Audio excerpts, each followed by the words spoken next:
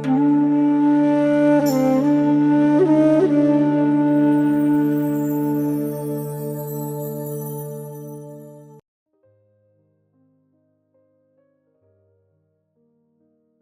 काली। गुरु हमें नहीं मिलते, माँ ही मिलवाती है, और जब तक शुद्ध इच्छा ना हो हम नहीं मिल पाते हैं।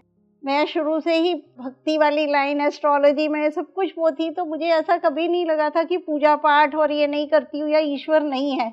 ईश्वर की कृपा हमेशा बरसती थी, पर कभी हम उसको स्वीकार कर लेते थे, कभी नहीं करते थे।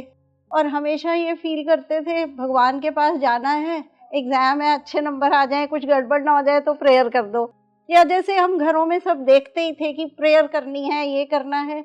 और ईश्वर के पास जब भी गए हैं, दो ही फैक्टर लगे हैं, मैंने जब एनालाइज करा अपनी इतनी लंबी लाइफ में। एक तो डर से गए हैं और दूसरा मांगने के लिए गए हैं।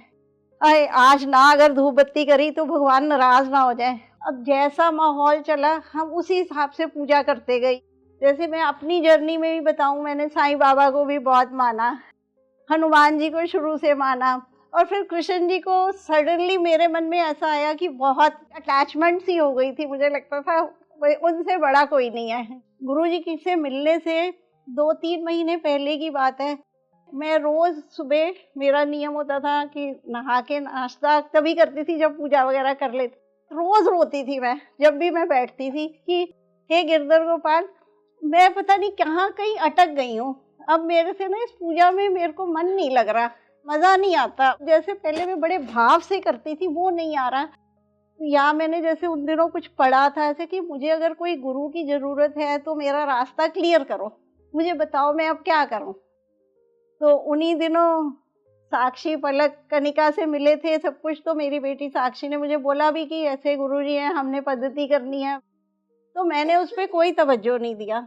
मेरे मन में हमेशा ये होता था, माँ काली को मैं हमेशा तंत्र से जोड़ती थी, क्योंकि कलकत्ता में भी देखा था। और वो तो मैंने कहा तुम्हें जो अच्छा लग रहा है तुम कर लो, मैं तो जो अपनी करती हूँ वही करूँगी।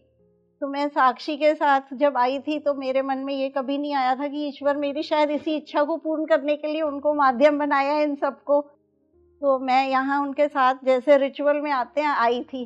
पर यहाँ आने के बाद मुझे नहीं मालूम क्या चमत्कार हुआ। फिर गुरुजी ने पूछा आपको क्या चाहिए। मैंने कहा गुरुजी मैंने हमेशा ही मांगा है भगवान से, अब मुझे सिर्फ शिव चाहिए, मैं मिलना चाहती हूँ। तो उस दिन के बाद से ऐसा अनशेकेबल बिलीफ बन गया है वहाँ पे कि अब ऐसे लगता है कि जगत जननी यही है। तब अब मुझे कृष्ण जी में भी माँ ही दिखती है।